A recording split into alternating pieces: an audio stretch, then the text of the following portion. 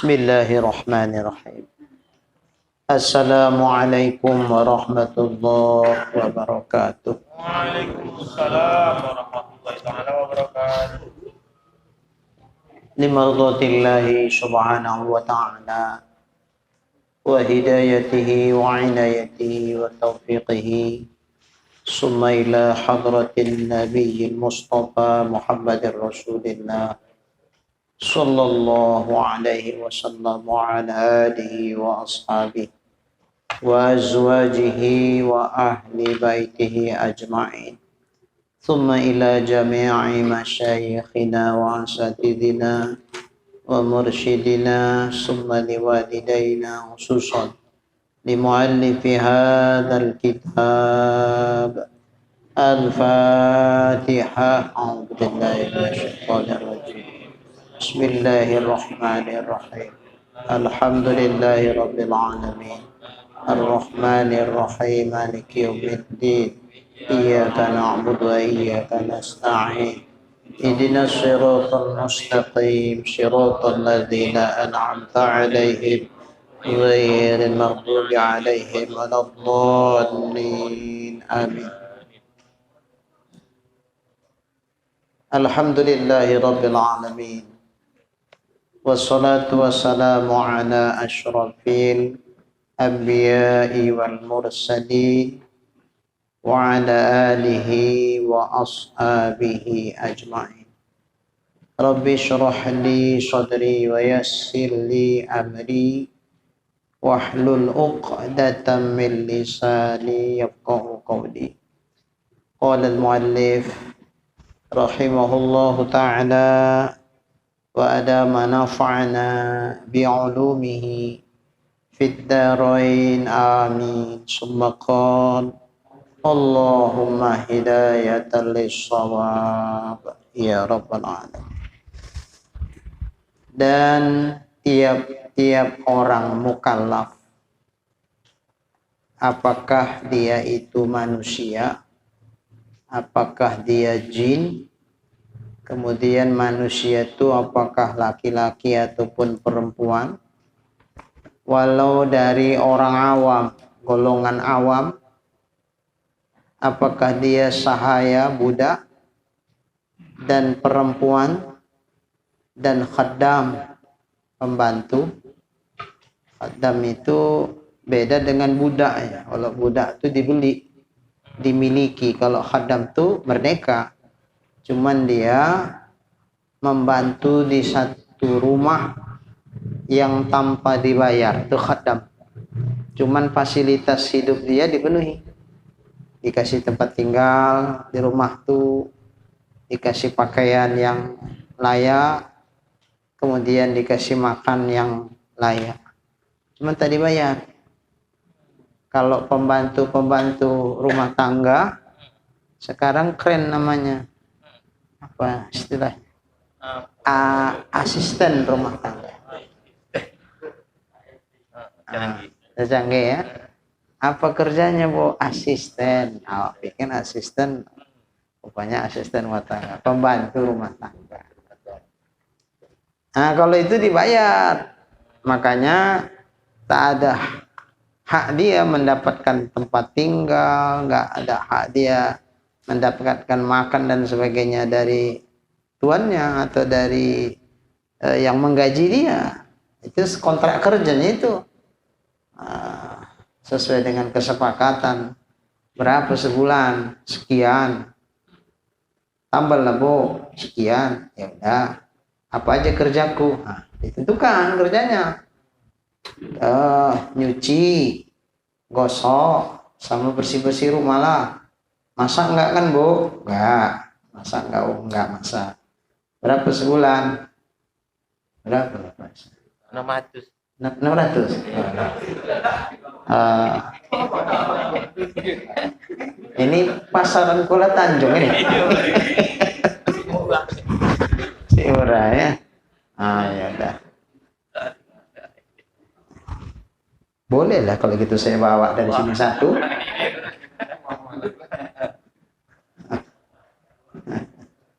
Nah, pama gitu. Ya udah, Sebatas itu aja lah. Kerja dia apa, gajinya berapa. Itu kontrak kerja. Itu bukan khaddam namanya. Kalau khaddam itu ya ditinggal di situ, ya apa yang bisa dikerjakan, kerjakanlah. Memang khaddamkan diri. Nah, jadi cuman fasilitas dia dikasih. Nah, nggak digaji. Cuman kalau bermurah hati pula yang punya rumah, ngasih uang jajan kasih. Nah, itulah. Jadi apakah dia khaddam? Pembantu rumah tangga dalam artian yang tadi sudah dijelaskan. Hingga bahkan Ya'juj Ma'juj. Itu pun mukallaf itu. Karena Ya'juj Ma'juj itu ya makhluk ciptaan Allah juga. Nah, dia mukallaf juga. Tapi tidak malaikat. Nah, kalau malaikat nggak masuk mukallaf. Walaupun tentang malaikat mukallaf apa tidak, ada khilafiyah di kalangan ulama. Di sini dikatakan untuk malaikat tidak mukallaf, tapi ada beda pendapat memang ulama terkait dengan masalah malaikat ini. Mana tadi nampak hilang pula. Sebentar lah.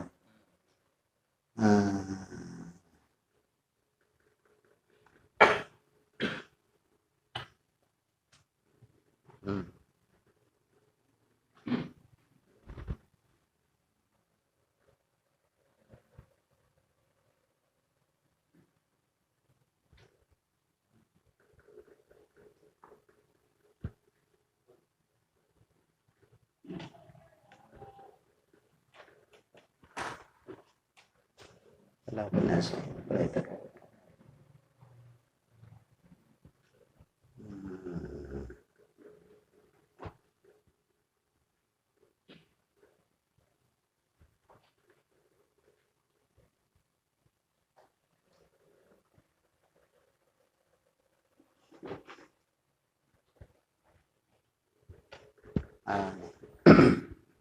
Dunal malaikah, tidak termasuk malaikat. Walau qulna bi annahum mukallafun, dan jikalau kita mengatakan sesungguhnya malaikat itu mukallaf, di andal khilaf fi taklifihim, hanya perbedaan pendapat pada mukallafnya para malaikat. Innama huwa bin nisbati ila ghairi ma'rifatillahi ta'ala, itu nisbah kepada selain ma'rifah kepada Allah. Untuk ma'rifah mereka tidak dikategorikan mukallaf. Kenapa? Fa innaha jabaliyah lahum, karena mereka itu jabaliyah, mengikut saja, kan nggak punya nafsu mereka. Diciptakan Allah secara otomatis. Jadi falaysa fihim min may yajhalu sifatahu ta'ala, maka tidaklah pada malaikat itu yang jahil terhadap sifat-sifat Allah Ta'ala. Jadi kalau malaikat tak ma'rifah, malaikat pasti ma'rifah.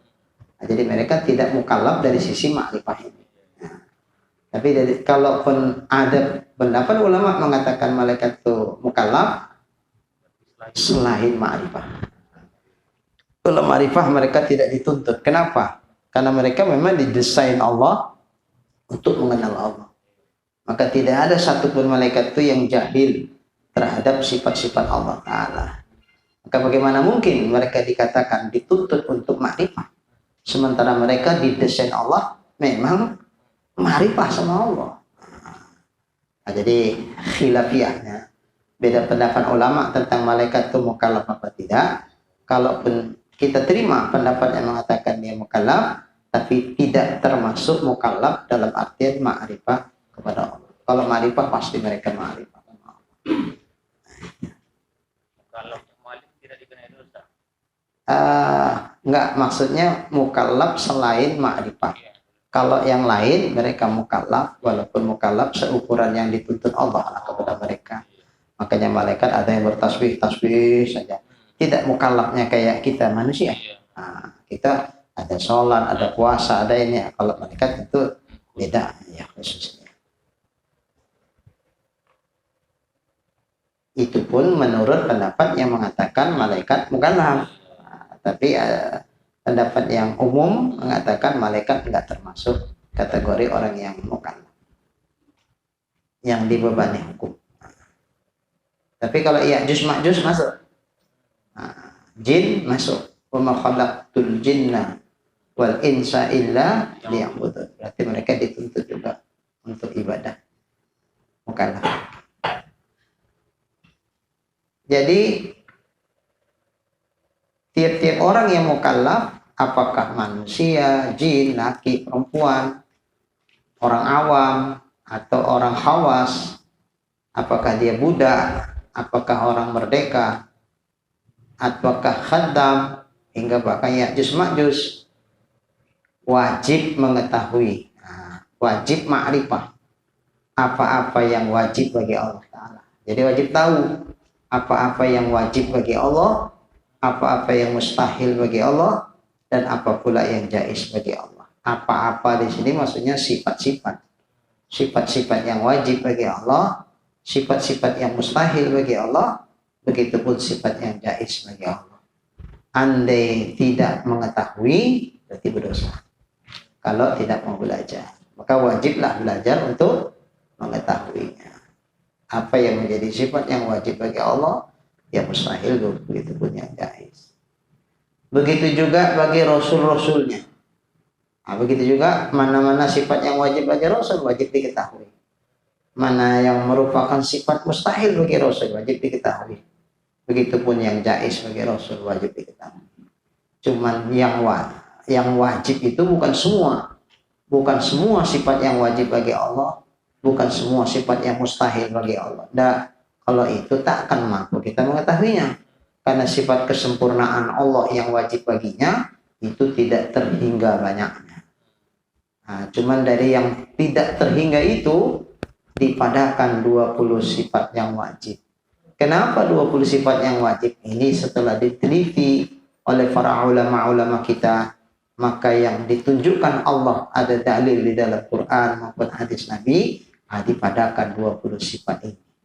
Kenal ini, insya Allah kenallah sama Allah. Tapi kalau tak kenal ini, khawatir dia tak kenal Tuhan. Takutnya mau mati nanti, datang setan, datang iblis. Dia mengakukan dirinya sebagai Allah. Takutnya karena tak kenal dia, diiyokannya. Walaupun mulutnya tak mengiyokan, tapi hatinya mengiyokan, padahal itu setan. Nah, ketika itu na'udzubillah, mati kafirlah dia.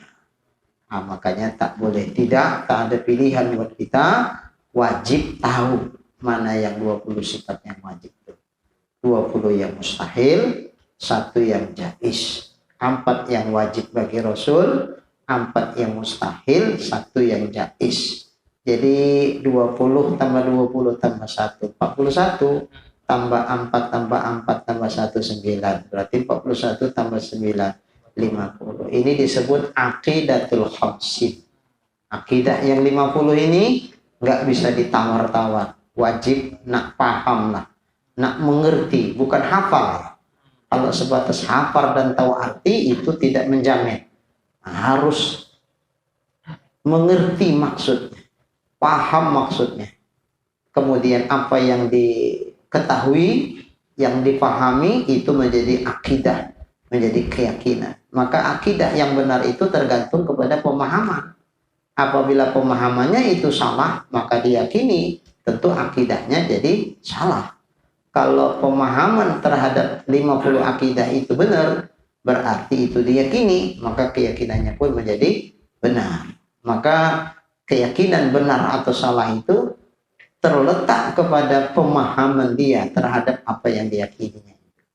Kalau betul pemahamannya, insya Allah itu jadi keyakinan, maka keyakinannya benar. Tapi kalau salah pemahaman dia, maka itu diyakini menjadi suatu keyakinan yang salah. Maka hati-hati. Hati-hati. Jadi mesti betul-betul dipahami. Didudukkan betul-betul. Tidak bisa sekilas-sekilas. Bahaya ketidakpahaman dalam masalah tauhid lebih tinggi dari ketika kita tak paham masalah fikih. Bukan kita merendahkan fikih, tidak. Umpama ada yang batalkan sembahyang, yang tawawa bercakap. Yang tahu kita bergerak 3 kali. Yang tahu kita buang angin. Nah, itulah yang tahu kita. Yang batal wudhu. Makan. Lah kalau makan taklah mungkin aku makan lagi sembahyang. Gitulah pikiran dia kan gitu. Minum. Mana pula lagi sembahyang minum. Tapi itu termasuk yang batalkan sembahyang. Paham dia. Selebihnya nggak paham dia. Karena ketidakpahaman dia akhirnya terjadi. Tapi gak tahu dia kalau itu sholatnya udah batal. Kira-kira diberhentikan diulang apa diteruskan? Terus lah, orang tak tahu dia batal. Umpama mentaklikkan, membatalkan sholat dengan sesuatu, itu udah batal. Baiknya Allahu Akbar. Tadi sebelum sembahyang elok cuaca tuh terang, tak ada nampak mendung-mendung. Jemuran nak diangkat, belum koring betul. Udahlah sholat aja, laku dulu sholat. Dapatlah 2 rakaat. Tiba-tiba pula mendung. Habis mendung tiba-tiba angin. Mak, gawat. Makanya ini jemuran yang tebal-tebal pula nih. Tambah tilam pula lagi. Alah ya Allah. Bercakap di dalam. Alah.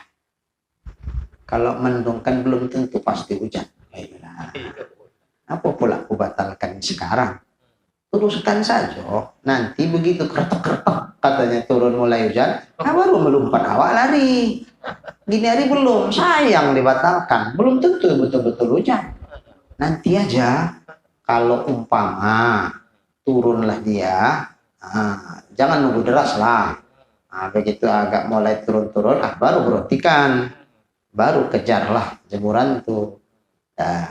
Sekarang belum lagi tentu hujan. Lanjut aja dulu, lanjut. Sangka dia begitu tuh tak batal sembahyang. Padahal batal gak tuh? Batal. Mengapa batal? Belum diniatkan memutuskan, taklik gantung, digantung. Umpama nanti hujan baru kubatalkan. Ternyata sampai assalamualaikum warahmatullahi. Assalamualaikum warahmatullahi. Rupanya terang balik, tidak jadi hujan. Kan sayang kalau tadi dibatalkan kan. Ternyata nggak batal. Alhamdulillah aman. Apa yang aman? Udah batal. Kenapa batal? Rusak di niat. Waktu takbiratul ihram kan Allahu Akbar. Waktu Allahu Akbar itu apa dipasang dalam hati? Sengaja aku sholat. Karena ada qasdu fi'li sholat. Sengaja aku sholat. Sengaja aku sholat itu maksudnya apa? Sengaja aku melakukan seluruh rangkaian sholat dari awal takbir ini sampai ke salam. Itu jazam apa boleh goyang-goyang? Boleh, nggak boleh goyang-goyang. Jazam itu putus, tus. Tiba-tiba di tengah digoyang-goyang. Oleng ya. Umpama nanti hujan, aku berhentikan. Itu udah merusak niat yang sudah jazam di takbir. Ketika sudah rusak niat yang dijazamkan itu, maka tak jazam lagi niatnya. Kalau sudah tak jazam, berarti batal niatnya. Batal niatnya, otomatis batal sholatnya. Karena niat itu rukun. Situ maka sebab dia batal. Cuma tak paham dia. Yang tahu dia kan yang kasar-kasar aja. Pak Ustadz, di buku tuntunan sholat tak ada kayak gitu yang batalkan sholat. Tuntunan sholat lah pula anak SD itu. Janganlah di situ ditengok. Maka mengaji itu tak berhenti. Jangan baca tuntunan sholat siap awak pikir udah paten kali ilmu awak. Udah nggak usah ngaji lagi. Nggak bisa. Ilmu itu terus. Makin halus, makin halus, makin halus. Samalah kayak bikin rumah. Kan bertahap dia. Tidak perlu begitu dipasang batu langsung plaster. Mana mungkin pasang batu dulu udah kering, plaster. Tidak siap plaster langsung dicat. Belum lagi kering plasterannya dicat. Mana bisa? Nunggu. Misalnya malam lah. Nunggu kering betul baru dicat. Gitulah dia. Maka ilmu tuh begitu bertahap. Gak bisa langsung jadi. Bertahap, sedikit dulu, terus bertahap, makin halus. Makanya nuntut ilmu itu tak pernah selesai. Game over, baru selesai. Oh, bahasa Jawa maling. Bahasa Jawa itu ya. Innalillahi wa inna ilaihi raji'un. Nah, situlah selesailah sudah. Walaupun belum tamat segitulah batasnya. Udah mati pula, nggak belajar kan? Selama masih hayat di kandung badan, menuntut ilmu itu tak pernah berhenti. Maka saya selalu bilang begini, udah kita kontrakkan kita sama Tuhan. Apa kontraknya ya Allah? Selama aku masih hidup, sehat aku ya Allah, tidak ada halangan yang sangat mendesak ya Allah. Kutekadkan ya Tuhan, nak mengaji aku sampai mati. Tapi jangan nazar ya, nazar dan telanggar pula kan. Cuman bertekad aja, bertekad. Tekad kan begitu. Umpama mati ya Wak, belum sempat lagi mengaji, tapi sudah diniatkan nak mengaji. Mudah-mudahan mati dalam niat nuntut ilmu sama seperti mati ketika nuntut ilmu. Mati ketika nuntut ilmu dihitung sebagai syahid akhir. Kan elok dia. Pasangkanlah niat begitu, insya Allah. Baik. Jadi kalau ini umpamalah batal tak tahu, ya udah nanti di akhirat dihisab amal. Ternyata ada yang cacat-cacat kayak gini lah, ditolak. Harus dipertanggungjawabkan. Umpama Allah tak mengampuni kesalahan dia atas batal sholat yang tak tahu itu, ya disiksa dia. Seperti siksaan orang yang meninggalkan sholat karena sholatnya tidak sah. Oke. Tapi tidak sampai kekal di neraka. Beda kalau karena tak paham tentang kajian tauhid, kemudian gagal paham, dia salah keyakinannya tentang apa yang harus diyakinkan terhadap Allah, maka mengakibatkan dia jatuh kafir. Tak tahu pula dia kalau udah kafir. Mati itulah jadi keyakinan dia. Matinya mati murtad, mati kafir. Walaupun kita nggak tahu karena tak dinyatakan apa yang diyakininya tuh, kita nggak tahu apa yang dalam keyakinan dia, ya udahlah kita hukumkan dia secara zahir orang Islam. Matilah dia, tetap dilaksanakan fardu kifayahnya, tapi di sisi Allah, Allah tahu bahwa dia sudah murtad. Di akhirat nanti tentu dia kekal selamanya dalam neraka. Jadi mukminun 'indan nas wa kafirun 'indallah. Mukmin dalam pandangan manusia, tapi dia kafir di sisi Allah Subhanahu wa taala. Nauzubillahi min dzalik. Makanya bahaya ketidakpahaman dalam kajian tauhid ini lebih besar dibandingkan dengan masalah-masalah fikih. Ketahuilah olehmu syarat-syarat taklif itu. Baru seorang itu dikatakan dia mukallaf, terbebani oleh segala hukum. Hukum taklif itu, taklifi ada 5. Berlaku kepada dia hukum wajib, sunnat, haram, makruh, mubah. Yang 5 ini berlaku kepada seseorang, berarti orang itu namanya mukallaf. Kalau dia belum berlaku yang 5 ini, dia belum dihukumkan mukallaf. Maka orang yang sudah mukallaf, setiap ucapannya, setiap perbuatannya tidak lepas dari hukum yang 5. Oh, ngapain Bapak tuh sembahyang? Sembahyang apa? Maghrib. Oh, berarti gerakan, bacaan dan semuanya itu yang wajib berlakulah kepada dia hukum wajib. Yang sunat berlakulah kepada dia hukum sunat. Umpama ada yang makruh dibikinnya, berlakulah hukum makruh. Apa umpama yang makruh tuh menoleh sembahyang, menoleh ke kanan, menoleh ke kiri tanpa hajat, itu makruh. Nah, berarti terlakukan dialah perbuatan makruh dalam sembahyang itu. Kanan, nengok, kiri. Asal jangan 3 gerak berturut-turut lah ya. Jadi ada orang baru pertama kali lah masuk ke Masjidin Nabawi. Begitu sampai ke halamannya, ditengok pula apa kuncup dia. Udah aku tengok. Heran dia. Lagi sembahyang di halaman tuh. Tengok. Bisa pula kobang. Bisa pula kuncup. tengoknya. Nah, ini makro, dia menengok itu. Masuklah ke dalam Masjid Nabawi. Wih, cantiknya.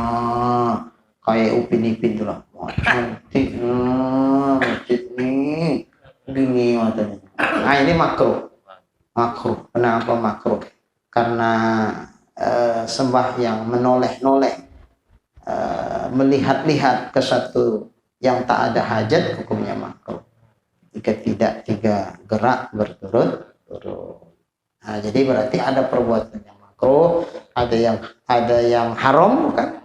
Ketika melakukan sesuatu gerakan atau ucapan yang mengakibatkan sholat jadi batal, maka gerakan dan ucapan itu hukumnya haram. Berarti dia melakukan satu ucapan yang haram, melakukan satu gerakan yang haram. Jadi dalam sholat itu berlaku kepada dia hukum taklif. Bisa wajib, bisa sunat, bisa makruh, bisa haram, bisa mubah. Kalau mamanya ada kan masih 2 matanya, kalau nengok itu kan makruh. Kalau sekolah aja nengok itu Sama lah. sama aja. Sama 2 biji mata. Iya. Intinya menengok, noleh matanya. Iya. Kenapa?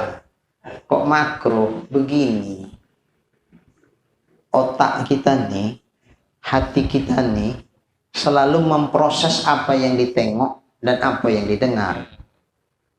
Sebelum kita tengok, tidak bercakap, tidak bekerja otak itu, tidak bekerja hati itu.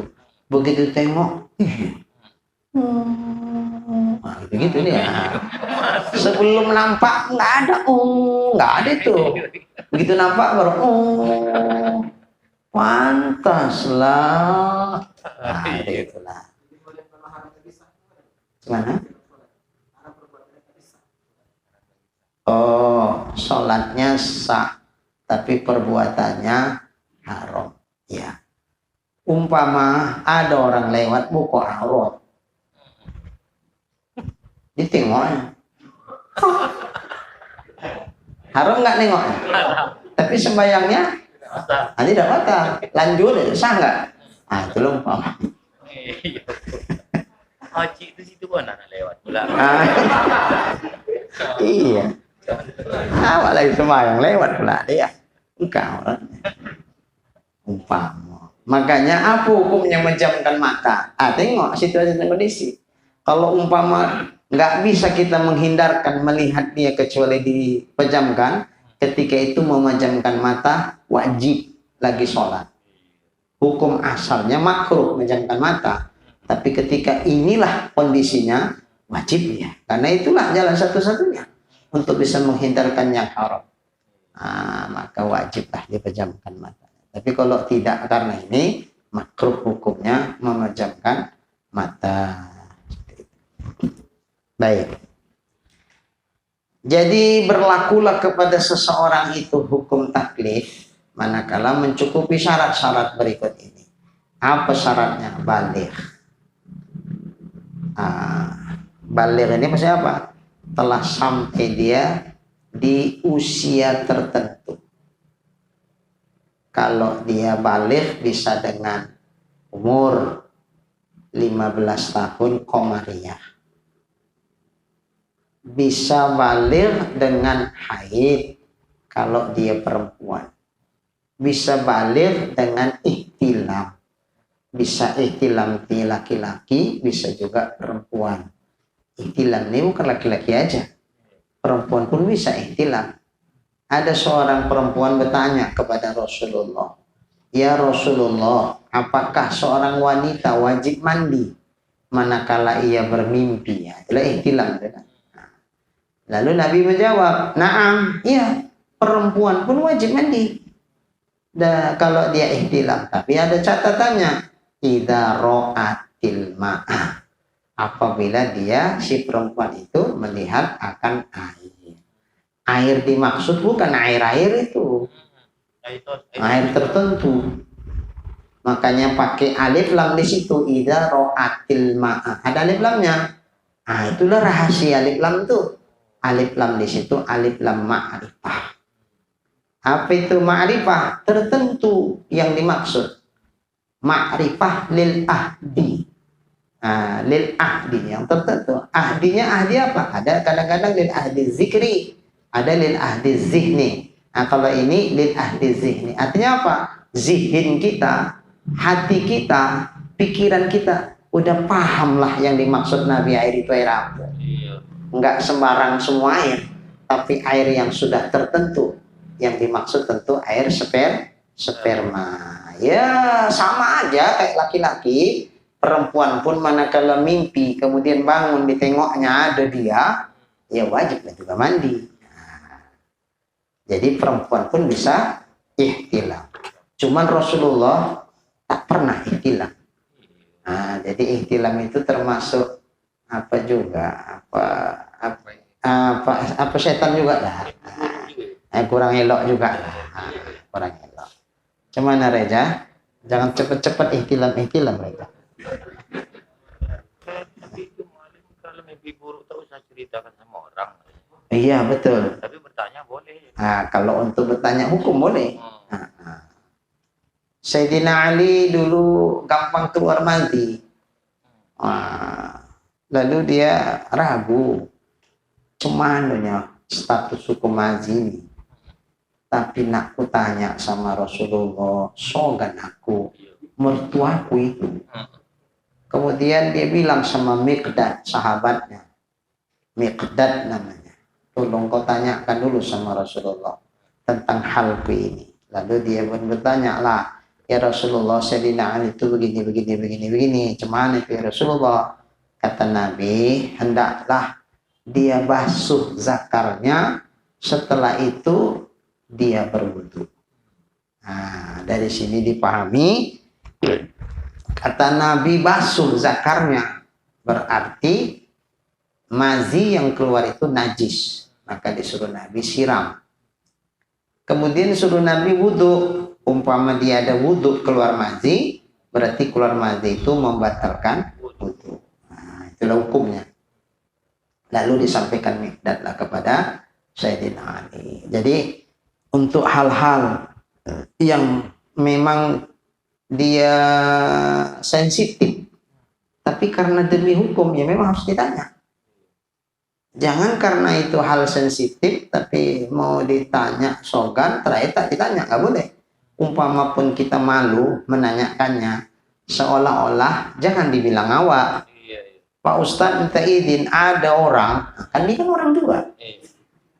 Kalau begini-begini tuh kejadian sama dia Pak Ustadz, cuman itu seolah-olah orang tuh orang lain, padahal dia. Nah, jadi jangan jujur kali awak. Pak Ustadz aku kayak gini. Janganlah orang semua mata melotot. Itu lagi punya. Maaf, ada hal yang sangat sensitif sekali. Pak Ustadz, aku ini campur sama istriku. Belum lagi sampai Ustadz, tiba-tiba ditokok pintu sama anak. Mak, katanya, itu kejutlah kami. Tak lalu lah Ustadz. Tak lalu. Lalu dibukalah pintu. Adik takut mak, adik tidur sini lah mak. Alah, kalau adik. Cuman Sukri. Tak jadi ya? Tak jadilah. Lalu istri bertanya, cumananya bang? Udah wajib mandinya kita tadi bang. Aitah, aku pun nggak tahu lah dek. Udahlah mandi aja lah kau kata. Ini kan sensitif sebetulnya. Cemana awak menanyakannya kalau ke awak kejadiannya? Mana mungkin? Pak Ustadz tadi malam aku kayak gini sama istriku. Jangan begitu nanyanya, Pak Ustadz. Ada orang minta izin Ustadz begini. Kira-kira udah wajib mandi belum dia? Orang dibilangkan, jangan awak. Padahal orang itu awak juga yang orang kan. Jadi ada trik-trik juga itu. Macam perempuan inilah yang tanya, ya Rasulullah, apakah perempuan wajib mandi? Padahal mungkin ke dia itu kasusnya, tapi tak dibilangnya dirinya. Begitulah cara. Tapi kalau mau lebih khusus, itu perempuan-perempuan Ansor bilang sama Nabi, ya Rasulullah, kami meminta supaya dikasih luang waktu khususon buat kami saja ya Rasulullah. Hal-hal yang terjadi kepada kami para wanita, andai kami bertanya, di situ banyak laki-laki, segan kami ya Rasulullah. Andailah boleh ya Rasulullah, beri ruang waktu buat kami untuk mengaji khususon hanya perempuan saja. Boleh kata Nabi. Di mana kita bikin? Di rumah siapa? Datang aku nanti kata Nabi. Nah, jadi seperti itu. Wah, kalau itu sudahlah macam lah itu pertanyaan kan, tak ada sogannya karena sesama perempuan. Nah, termasuk tentang haid, sensitif ini. Apalagi zaman sekarang, kadang-kadang pengaruh KB, tak tentu-tentu lagi haid tuh. Pengaruh makanan yang dimakan, tidak normal lagi haid. Ada yang berhenti tiba-tiba keluar lagi, macam-macam lah itu. Wah, kacau. Nah, ini kalau udah ini ditanyakan rame. Almarhum guru kita Tuan Usman bin Tusid, waktu dia masih hidup dia bercerita, kalau udah ini kubuka, ibu-ibu tuh memang khusus perempuan semua, tidak lagi begini duduknya. Karena dia di belakang, nggak nampak. Kalau tak nampak, ustadz tuh kayak nggak mantap mendengarkan gajinya. Makanya kalau guru-guru dulu pula agak tinggi tempatnya. Tapi saya nggak usah sini aja. Jadi yang belakang-belakang tak nampak, tuan tuh begini duduknya. Maaf, saya contohkan itu. Gini duduknya. Mbak nampak, baru mantap rasa dia. Kenapa? Karena kasus itu terjadi sama dia. Wah, sesak napas tuan tuh lah menjawab pertanyaan ibu-ibu ini kan. Betubi-tubi yang ini belum lagi siap, tak izin tuan. Tak izin tuan. Wih, banyaknya kasus. Terakhir apa katanya? Allahumma hadini tembakau basah. Orang yang berbini, awak yang susah. Susah menjawab. Padahal kewajiban siapa tuh? Kewajiban lakinya itu. Kalau lakinya fardu kifayah, fardu ain. Kalau ustadz fardu kifayah itu. Karena ustadz tidak satu. Kalau laki kan satu. Mana mungkin pula lakinya bisa 2, 3. Jadi kalau laki kewajiban fardu ain. Makanya walaupun kita ini nggak pernah haid, tapi wajib kita belajar haid. Umpama terjadi hal haid kepada istri, bisa kita ngasih tahu begini tuh dek, begini tuh bu. Jadi syukrinya mentang-mentang tak haid tak ngajahid. Tapi kalau udah tak berbini lagi ya udahlah. Tak puasa pun nak diajari bini orang. Baik. Jadi akil berakal, bisa dengan haid, bisa dengan ihtilam. Mana yang duluan lah? Kalau duluan ihtilam itulah menjadikan dia baligh. Kalau haid pula duluan daripada umur, ya tentu haid itulah dijadikan balighnya. Tak haid, tidak ihtilam.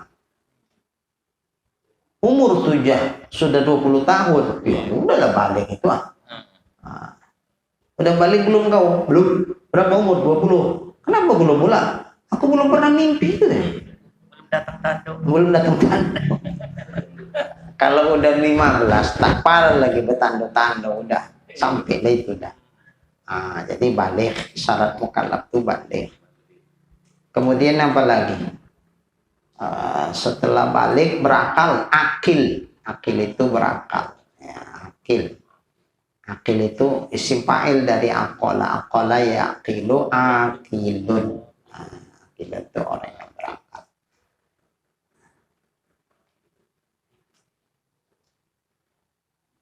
Dan sampai dakwah, bulughud dakwah, itu bahasa sampai dakwah. Sampai ajaran Islam itu sama dia.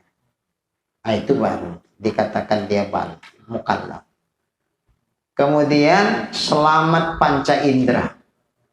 Makna selamat di sini tak cacat panca inderanya. Alat informasi yang membuat kita bisa paham itu cuma 2-nya. Yang kita lihat dan yang kita dengar. Makanya orang yang tuli nggak bisa mendengar, dikasih kesempatan ruang untuk dia bisa mendapatkan informasi dengan berita-berita, kadang di sebelahnya ada yang gini-gini.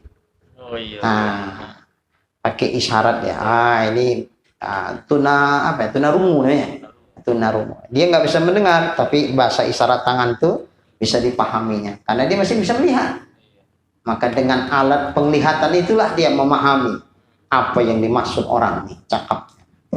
Oh, yang buta tak bisa mendengar, bisa melihat tak bisa. Oke, dengan cakap orang itulah begini, pahamlah dia apa yang dimaksud orang. Informasi ilmu didapat dari informasi telinganya, pendengarannya.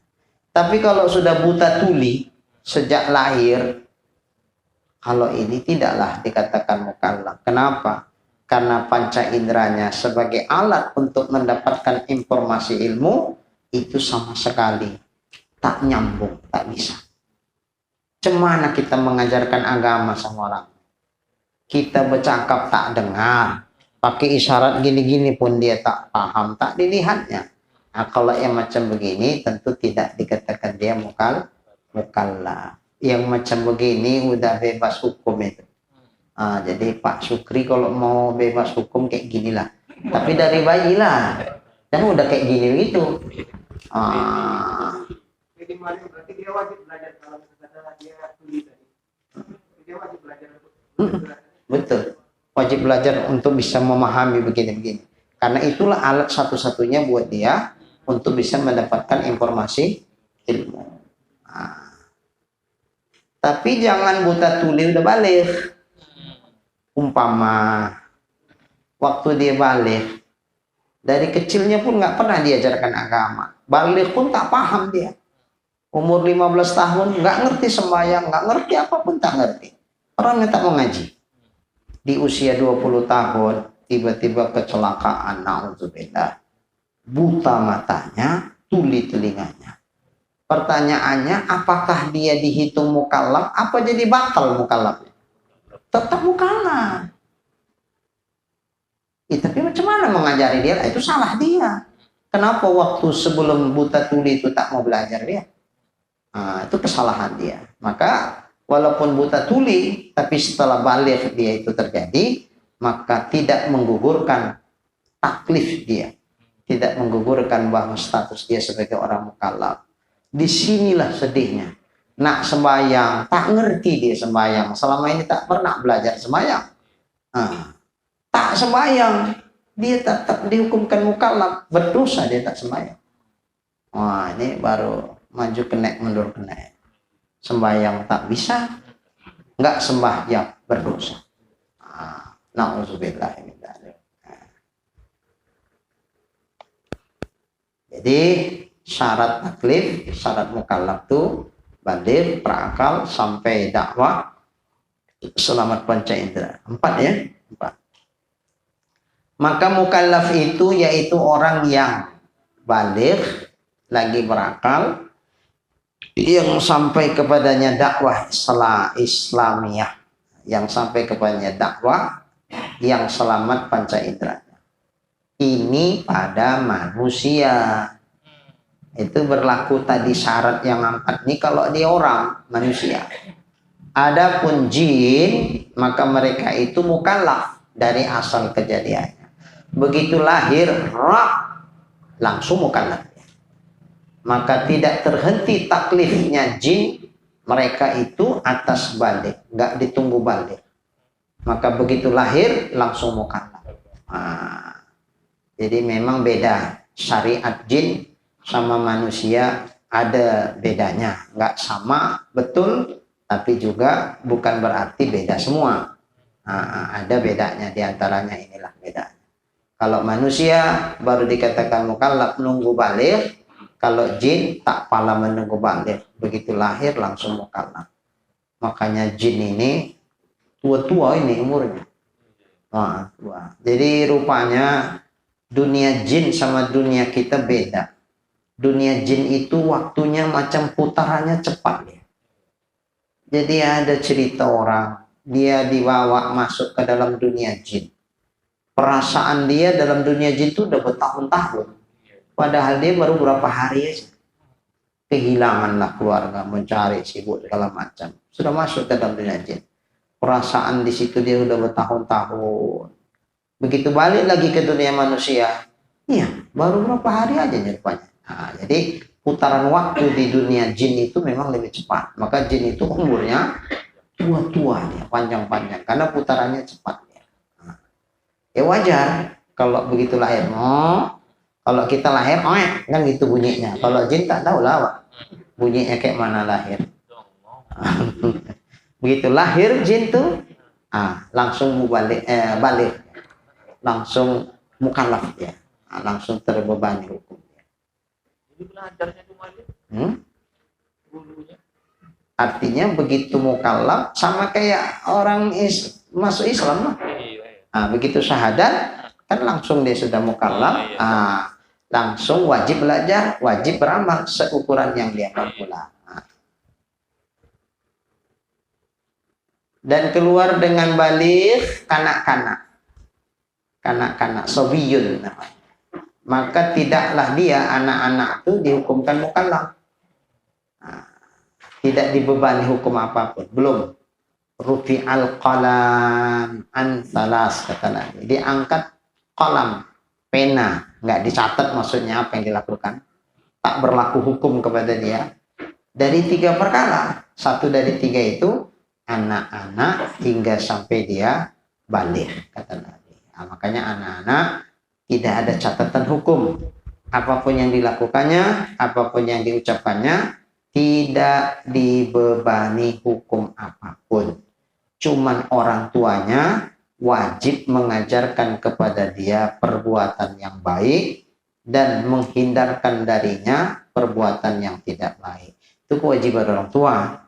Makanya kalau si anak melakukan tindakan yang tak dibenarkan oleh syariat, sementara itu disebabkan karena si ayah omak tak pernah mengajarkan kepadanya, yang berdosa ayah omak. Umpama apa? Ngambil punya orang, bawanya lah entah boneka-boneka. Dari mana kok boneka tuh? Dapat mak. Oh, pintar kau ya. Bisa pula kau bisa mendapatkan boneka nih. Dipujinya pula anak. Padahal kan nggak mungkin nih dapat, kan pasti ada yang punya. Seloknya kan tentu si ayah mamanya bilang, nggak boleh kau ambil. Gimana kau dapat? Balikan. Nggak ada. Awak dapat mak, di mana kau dapat? Di situ halaman tuh, itu pasti ada yang punya ketinggalan. Nanti dia balik mencarinya, udah nggak ada, nangis dia. Balikkan. Nggak boleh. Itu ada yang punya, nggak mungkin nggak ada yang punya itu. Makanya jangan kau ambil. Lain kali kalau ada barang-barang terletak, jangan kau ambil ya. Nggak boleh. Nah, kalau beginilah dididik dari kecil yang dia tak ngerti apa-apa, dididik begini, kan besok-besok paham dia. Oh, kata omak, tak boleh. Ini enggak pandi kau ya nak ya. Sonang pula artinya. Ini mahal nih nak boneka itu. Katanya pula lagi. Oh ya, besok-besok disikatnya barang orang. Ini kadang-kadang itu. Makanya anak itu dilahirkan dalam keadaan fitrah. Kedua orang tuanya lah membuat dia Nasrani atau Yahudi. Maksudnya apa? Anak itu memang kondisinya hati itu bersih. Orang tuanya lah madrasah yang pertama mendidik anak tuh ya bapak sama omaknya lah. Macam mana dia mendidik anak? Iya. Kalau ada perbuatan mengkafirkan mualim, kita suruh juga besar. Tak pernah.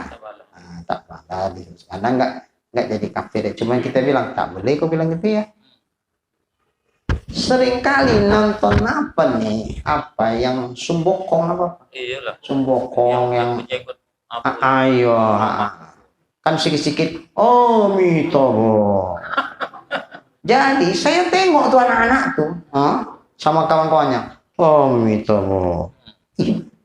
Ini pengaruh nonton TV. Harusnya dilarang tuh mamanya.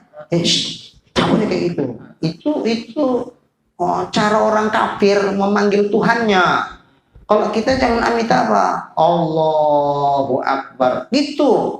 Jangan amitabha, nggak boleh. Itu orang kafir itu, agamanya Hindu, agamanya Buddha, nyembahnya patung. Kita nyembah patung. Kita Tuhan kita Allah Ta'ala. Maka kau bilang Allahu Akbar. Jangan amitabha, nggak boleh ya. Tak pala, syahadat kok. Tak pala. Oh, tak pala. Tapi kalau udah balik, syahadat gue ketawa gitu.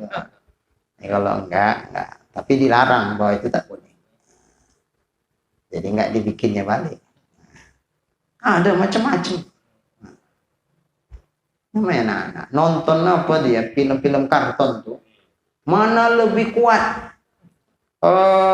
Spiderman sama Superman. Wah, kuat lah Superman. Superman gini-gini. Sama Allah Ta'ala kuatan mana? Karena favorit dia Superman. Kuatan lah Superman. Dia tak kenal Allah itu siapa kan? Nah, coba lah. Nah, ini pengaruh orang tuanya. Tak diperhatikan anaknya itu nonton TV. Nah.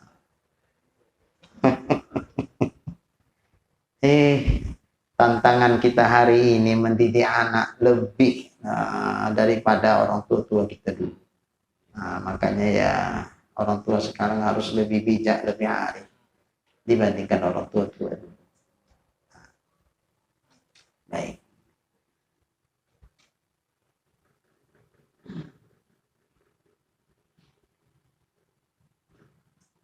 Dan keluar dengan balik kanak-kanak, maka tiadalah dia mukallaf. Maka siapa yang mati sebelum dia balik, maka dia lepas dari neraka, walaupun dia anak orang kafir sekalipun. Jadi anak-anak orang kafir sekalipun, kan ayahnya yang kafir, kalau dianya kan ikut fitrahnya. Kullu mauludin yuladu ala fitrah. Jadi tak dihukumkan kafir kepada anak karena dia belum balik. Tidak dihukumkan kafir hukum akhirat. Tapi kalau hukum dunia kafir dia. Karena agama anak yang belum balik mengikut agama orang tuanya. Jadi kalau kedua orang tuanya kafir, ya anaknya pun hukum kafir untuk hukum dunia. Makanya anak orang kafir kalau mati, adakah kewajiban kita melaksanakan fardu kifayahnya? Tidak. Tidak ada kewajiban. Tapi apakah dia dihukumkan kafir nanti di akhirat sehingga masuk neraka kekal selamanya? Seperti ayah umaknya kalau mati kafir? Oh tidak. Kenapa? Karena dia belum balik. Orang yang belum balik belum dihukumkan mukallaf. Andai anak orang kafir sekalipun, maka kalau dia mati sebelum balik, dia tidak dikekalkan Allah dalam neraka, dan dia tidak disiksa atas kafirnya itu. Begitupun tidak disiksa atas yang lainnya, lain dari kafir itu. Umpama tak sembahyang dia, tidak disiksa. Namanya sama kayak anak orang Islam. Umpama tak sembahyang dia, tidak disiksa dia. Cuman oma ayahnya lah kena bal-bal kalau tak nyuruh anaknya sembahyang umur 7 tahun. Nah, itu aja. Tapi kalau dianya enggak, ya begitulah kepada anak orang Islam, begitu juga lah kepada anak orang kafir. Karena memandang hal yang sama-sama belum mukallaf karena belum balik. Khilaf, khilaf di sini bukan khilaf kita ya. Kalau khilaf kita, aku khilaf aku. Apa itu? Silap. Itu silap. Khilaf aku. Mulut dia begini aja kayak burung betet, ku tengok. Khilaf aku. Ku tepukkan lah. Mereng sebelah. Tapi tidak sengaja. Itu dah. Khilaf aku. Itu khilaf kita ya. Bahasa kita. Khilaf di sini maksudnya beda pendapat. Khilaf maksudnya beda pendapat bagi Hanafiyah. Siapa itu Hanafiyah? Ulama-ulama yang bermazhab Hanafi. Pengikut Imam Hanafi. Maka pakai ya unisbah Hanafiyah. Sama kayak Syafi'iyah. Maksudnya apa? Pengikut-pengikut Imam Syafi'i. Malikiyah, pengikut pengikut Imam Malik. Kalau Hambali enggak Hambaliyah, Hanabila. Hanabil. Gitu. Itu ada istilah itu. Kalau kita ngaji muqarin, perbandingan mazhab seperti itu. Waqala Hanabila, waqala Hanabil, bukan waqala Hambaliyah kan? Hanabil. Tapi kalau Hanafiyah ya betul. Syafi'iyah ya betul. Malikiyah ya betul. Pengikut Imam Malik, pengikut Imam Syafi'i, pengikut Imam Hanafi. Jadi beda pendapat dengan ulama-ulama yang bermazhabkan Imam Hanafi yang disebut dengan ulama Hanafiyah. Sekira-kira mereka berkata ditaklifi anak yang berakal dengan iman. Wajib juga mereka ma'rifah. Wajib juga mereka beriman. Walaupun mereka itu belum mukallaf, belum baligh. Tapi mereka sudah dihukumkan mukallaf jika mereka berakal. Berarti sudah mumayyiz ini, yang sudah ada pikirannya. Jadi apa alasannya kenapa wajib taklif dengan masalah iman? Karena ada akal. Mereka punya akal, yaitu memadai di sisi mereka. Akal itu sudah cukup buat mereka untuk mereka mengenal Allah seukuran batas yang diketahui dengan akalnya. Maka jika anak itu mengiktikotkan, ini ada yang kurang.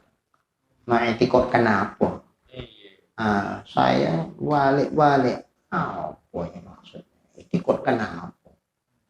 Jadi saya tengoklah kitab Arab aslinya. Rupanya betul ada yang kurang kalimatnya. Mungkin yang nulis nggak termasukkan di situ. Kalau di sini dibilangkan khilafan lil Hanafiyah haitsu qalu bi taklifis sabiyyi al-aqil bil iman li wujudil aqdi wa huwa kafin indahum.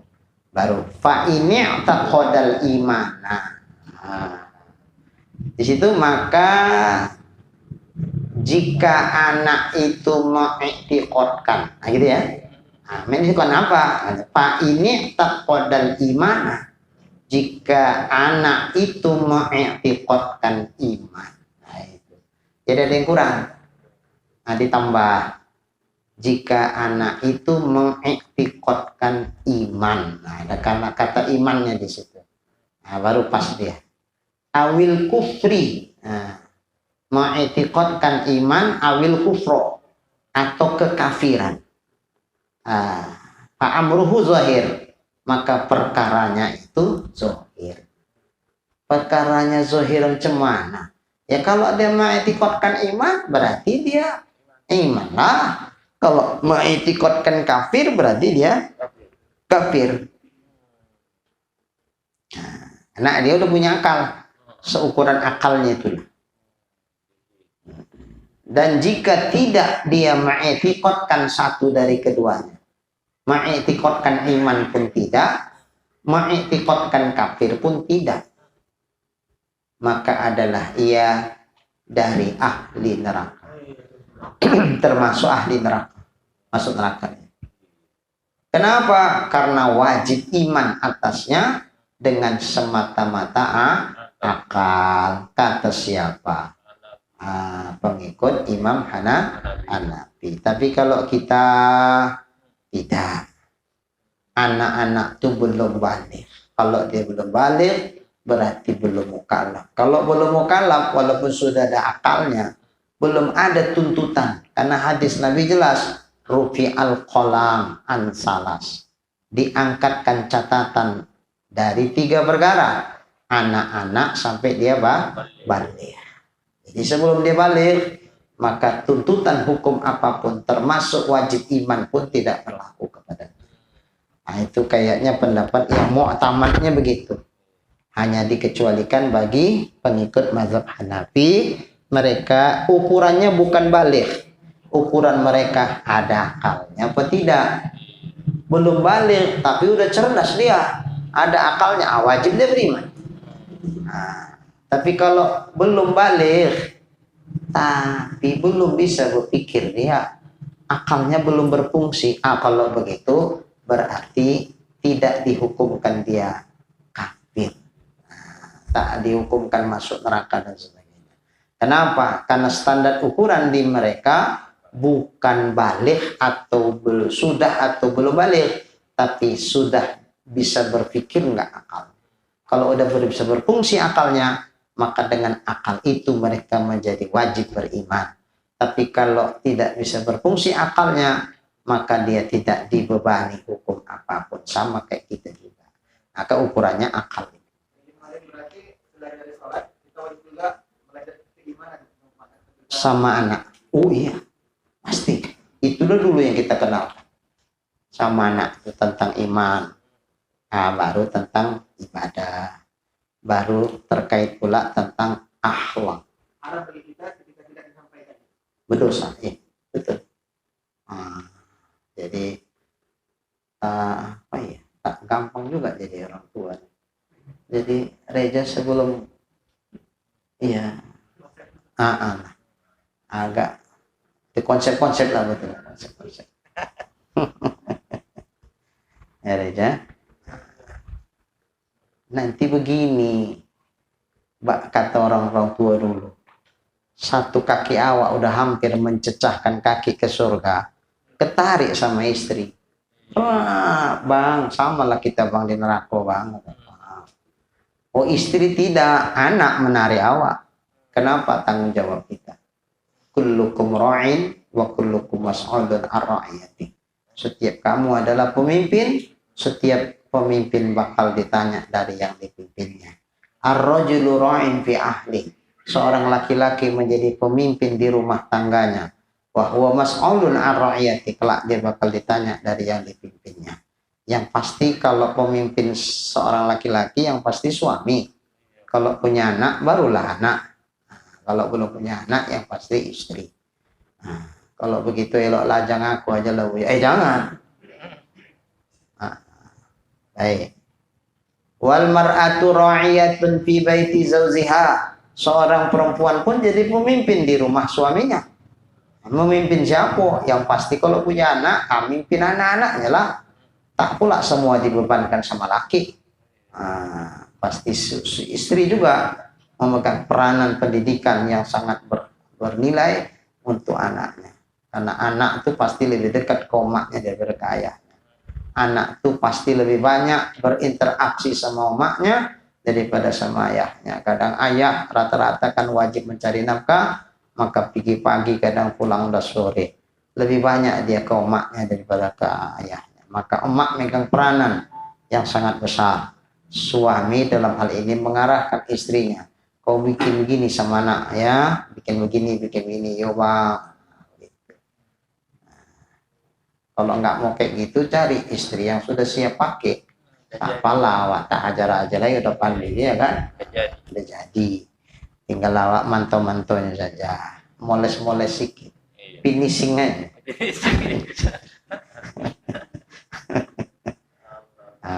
Dia udah nggak banyak kerja itu, finishing aja.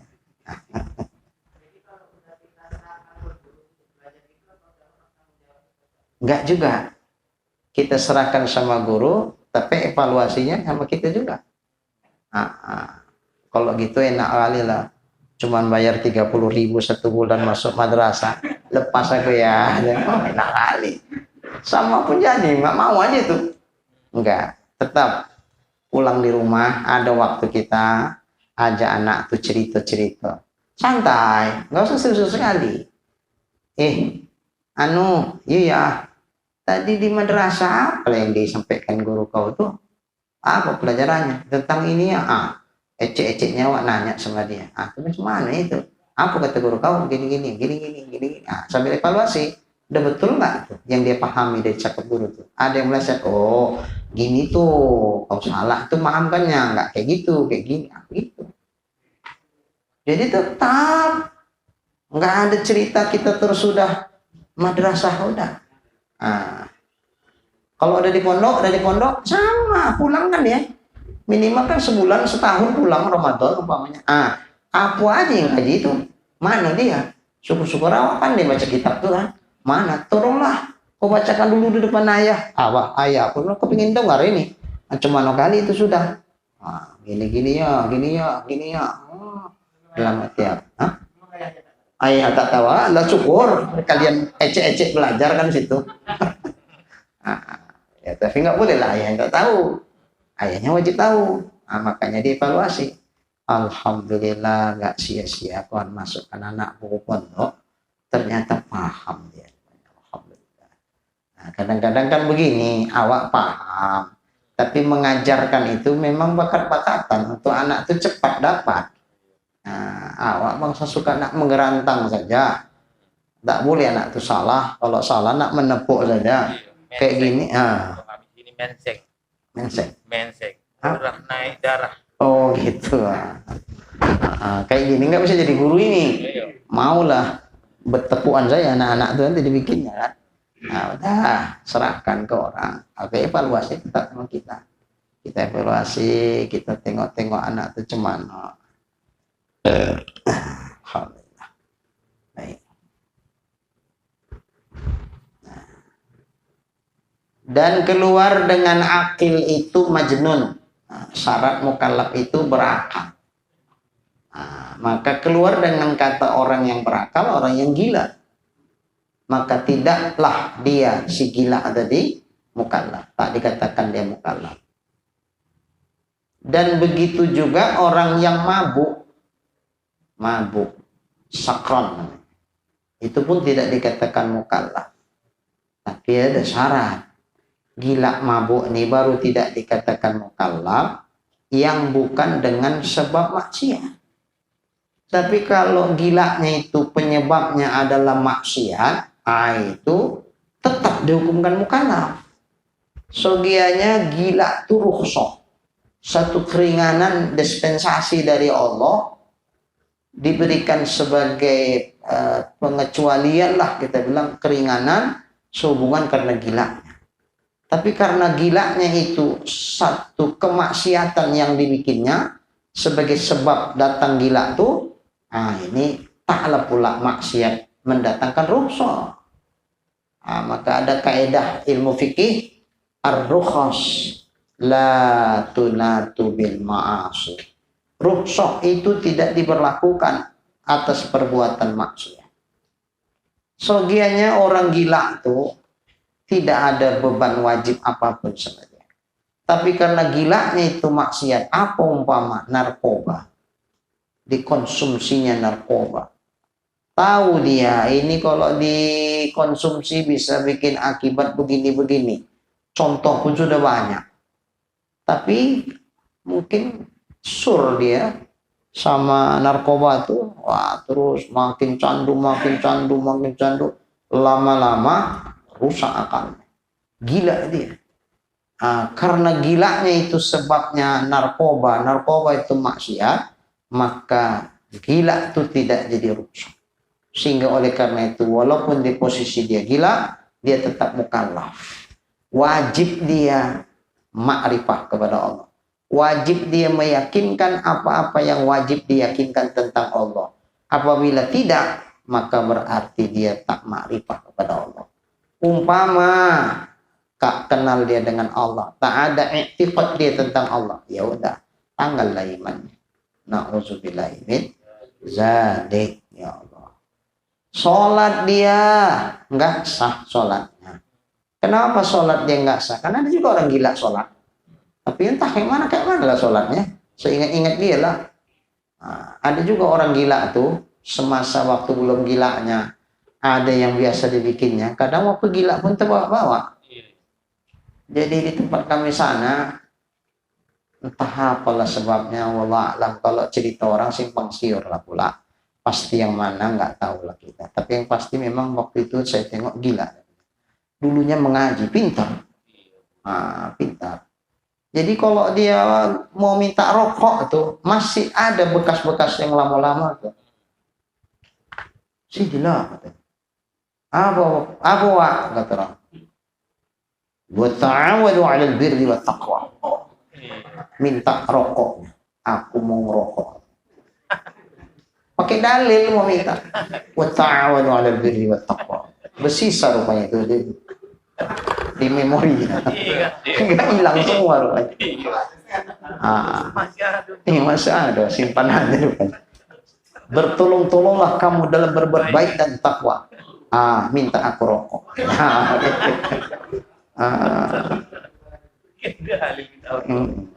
Jadi umpama orang gila nih masih merekat di memorinya sembahyang tuh.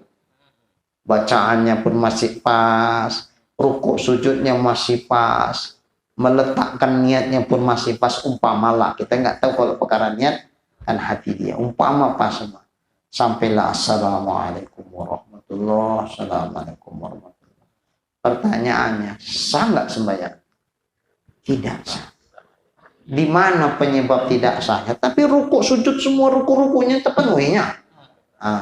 Kena di niat. Syarat sah niat itu berakal. Jadi kalau dia tak berakal, niatnya tidak sah. Kalau niatnya tidak sah, berarti kuranglah satu rukunnya. Kurang satu rukunnya, tidak sah sembahyang. Inilah sedihnya nih. Sembahyang pun orang gila yang karena narkoba tuh nggak sah sembahyangnya. Tak sembahyang tetap berdosa karena dia tidak gugur taklifnya. Mabuk pun begitu juga. Kalau mabuk karena maksiat, minuman keras umpamanya, tak sembahyang dia gara-gara mabuk tuh, tetap berdosa itu. Sembahyang pun dia tak sah. Umpama baguslah bacaannya, umpama tak sah. Bang, udah Isya bang? Belum. Baiklah bang Isya. Ya. Allahu Akbar. Bisa pula bang. Ya, Bismillahirrahmanirrahim. Memang pasti pula dia.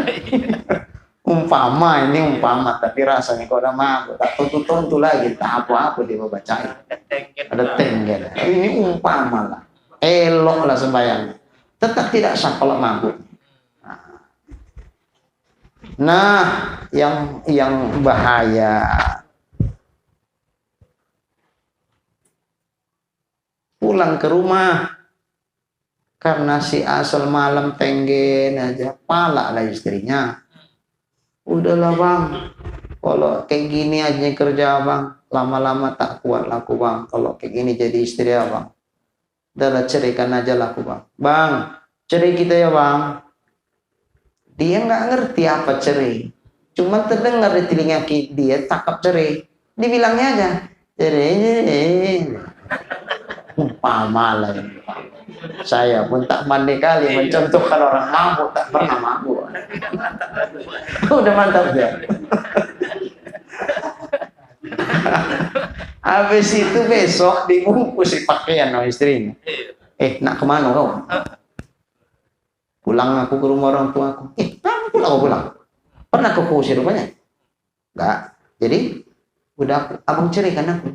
Kapan pula aku menceraikan kau? Tadi malam, makanya jangan mabuk aja kerja. Takep abang pun abang tak sadar. Kamu pun aneh, atau pemabuk, tak apa-apa kau bilang. Ya aku kan ikut cakap kau aja lah. Mana tahu aku itu benar. Nah, pertanyaannya, jatuh tidak tuh? Jatuh. Tapi nggak sadar dia. Apa penyebab tak sadarnya? Maksiat kan? Ar-rukhas la tunatu bil ma'asi. Rukhsah tak diberlakukan atas perbuatan maksiat. Harusnya memang cakap orang mabuk tak sadar itu tak jadi hukum. Tapi karena penyebabnya dosa maksiat, jadi berlaku hukum itu, jatuh. Nah yang parahnya, si istri pula nak menempel aja kayak perangko, tak mau pisah. Cinta betul. Apalah udah dibawa omaknya lah ke ustaz. Ditanya ustaz, udah berapa kali laki kau asal mabuk bilang kayak gitu? Tiap malam lah Pak Ustaz. Oh, ada 3 kali. 30 pun dah lebih Ustaz katanya. Kalau gitu tak bisa kalian sama balik. Itu dah bain kubro. Tahu kau bain kubro? Rujuk tak bisa, nikah baru pun tak bisa. Itu bain kubro tuh. Cina buto lah. Cina melek pun aku tak mau lagi. Ya Allah. Jadi, Bang, kita jangan cerian ya Bang. Aku tak pernah menceraikan kau. Datang mertua yang bilang, tapi tiap malam kau mabuk, kau bilang sama anak aku kayak gitu. Namanya aku nggak sadar bu, aku nggak sadar bu, nggak sadar, tapi mabuk kau mau juga. Tadi itu. Nah, terakhir, orang memang anak masih suka. Dibawa ke sebanyak ustadz bilang sama jawabannya, tetap aja masih sama juga orang. Nah ini, ya berzina saja lah kerja orang. Ada ya. Di Tembung pun ada juga nih. Iya, datang ke rumah begitu. Jadi nggak bisa sama lagi kami Pak Ustadz, nggak bisa. Dia nasi udah jadi bubur, mau enak tak enak kau telan dah bubur. Udah ambil aja hikmahnya, jangan cengeng kali kau jadi perempuan. Saya bilang, cari, mudah-mudahan nanti dapat laki-laki yang belok dari laki kau. Banyak laki-laki. Takut kali kau kalau bercerai. Yakin kau nggak sampai kau tak makan kau gara-gara bercerai sama dia. Kalau dia minta tolong sama Pak Mualim, dia tak wajib gitu. Matinya Mualim. Oh enggak. Maksudnya cuma ya? Enggak, maksudnya Pak jelas. Gini aja lah Pak Ustaz. Bak halal balik aku. Ustaz aja lah Cina buta gitu maksudnya. Boleh, tapi rahasia ya. Janganlah. Nanti Maria. Biro jasa. Siapa nak Cina buta di sini tempat. Nauzubillah. Janganlah. Baik.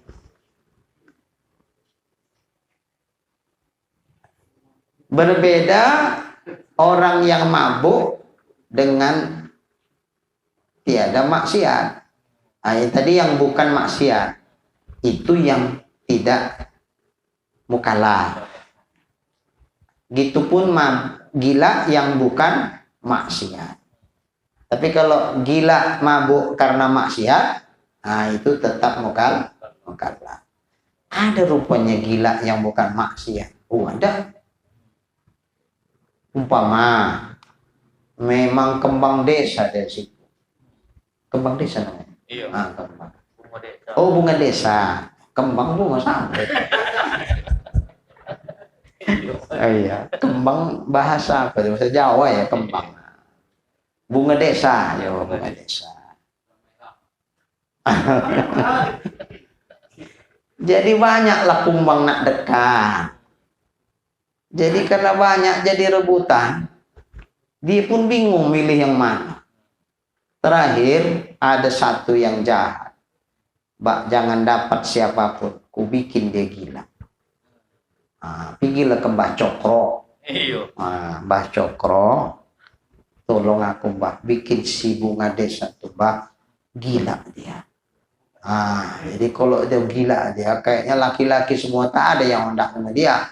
Aku pun tidak, orang lain tidak. Mbak Adil. Mbak tahu saya dapat semua. Mbak tahu saya kawin sekalian dia terus. Ya udahlah, wani piro katanya. Kata si Mbah Cokro tadi. Terserah Mbah, mau Mbah minta berapa? Turuti apa mau Mbah. Sekian boleh. Transaksi udah dibikin Mbah Cokro lah pula. Ajian-ajian macam-macam lah. Betul dengan izin Allah Ta'ala. Gila. Inilah yang tak termasuk mukallaf tuh.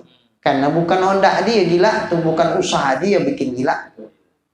Kalau mabuk, umpamanya di belakang rumah 3 bulan yang lalu ada jamur tumbuh. Jadi kata orang, oh ini bagus nih Bu, ini enak dimakan nih. Cobalah aku petik, dimasak. Betul, enak. Katanya vitaminnya pun tinggi nih. Setelah itu 3 bulan kemudian tumbuh lagi jamur mirip-mirip itu, tapi tidak. Yang ini beracun. Sangka dia yang itu juga dimasak, dimakan lakinya. Merepet lah lakinya, tak apa-apa dia berbilangi. Yang bilang cerai kau talak 1000 semacam lah itu. Nah, pertanyaannya, sengaja nggak mabuknya? Tentu tidak. Lalu ucapannya jadi hukum tidak? Tidak. Nggak sembayanglah dia waktu mabuk tuh. Mabuknya lama pula tuh. Dari mulai sebelum zuhur sampai maghrib baru sadar. Nah, jadi kira-kira kalau macam ini tak sembahyang zuhur, tak sembahyang asar, tidak berdosa. Karena waktu itu tidak mukallaf. Ada jemaah kita cerita, Ustaz, waktu lajang-lajang kami Ustaz, merantaulah kami. Memang merantau kami bikin rumah di daerah yang terpencil Ustaz. Jadi kawan-kawan ini kan hobi-hobi loh Ustaz, yang berganja-ganja. Jadi walaupun merantau, kepingin dia Ustaz, tak ada pula ganja di situ. Terakhir karena tak ada ganja, dan kecubungnya ada. Dan kecubung tuh lebih bikin orang tuh. Habis itu mabuk loh Ustaz. Merepet tah macam mana. Kayak orang yang kesurupan terkena gitulah. Oh, orang situ Ustaz dah bilang lah. Itulah nak. Ini kalian kan orang baru di sini pendatang. Ini daerah-daerah yang banyak-banyak makhluk halusnya. Mungkin kalian sembarangan kencing tahu pemarah dia. Ini mesti nak disembur lah ini. Iya lawak, kalau gitu sembur lawak. Kami bilang lah, disembur waktu lah. Tidaknya baik-baik. Orang lain bukan kena gangguan makhluk halus. Karena ada dicubung ya, capek waktu nyembur-nyemburnya. Tahan juga sih. Habis itu adalah pulang laku katanya. Besok pagi baik-baik sendiri, hilang pengaruh kecubung tuh kan. Inilah. Tapi kalau itu mukallaf enggak tuh? Langsung aja kecubung pula disam. Mabuk gara-gara itu. Ini kan mabuk maksiat namanya. Kalau itu tetap mukallaf. Teringat saya. Cik tu. Baik, kita teruskan. Tetapi tempat yang demikian itu jika baligh dia majnun atau mabuk. Itu udah balik tapi dia gila atau mabuk. Dan senantiasa atas yang demikian itu hingga mati dia. Berbeda jika lo baligh dia berakal, kemudian dia gila atau dia mabuk dan adalah dia tidak mukmin dan dia mati seperti demikian, maka dia tidak lepas dari neraka. Na'udzubillahimin tadi. Karena itu tadi sudah balik, dia berakal, kemudian gila, datang gilanya, datang mabuknya, lantas dia di posisi tidak beriman waktu itu dan sampai matinya begitu. Kalau itu ya kekal dalam neraka. Kenapa? Karena datang gila dan mabuk setelah balik. Beda halnya kalau ini sebelum balik ya. Baik. Seginilah dulu. Insyaallah kita lanjutkan nanti di kajian berikutnya. Mudah-mudahan apa yang kita kaji insyaallah menjadi ilmu yang bermanfaat. Amin ya rabbal alamin.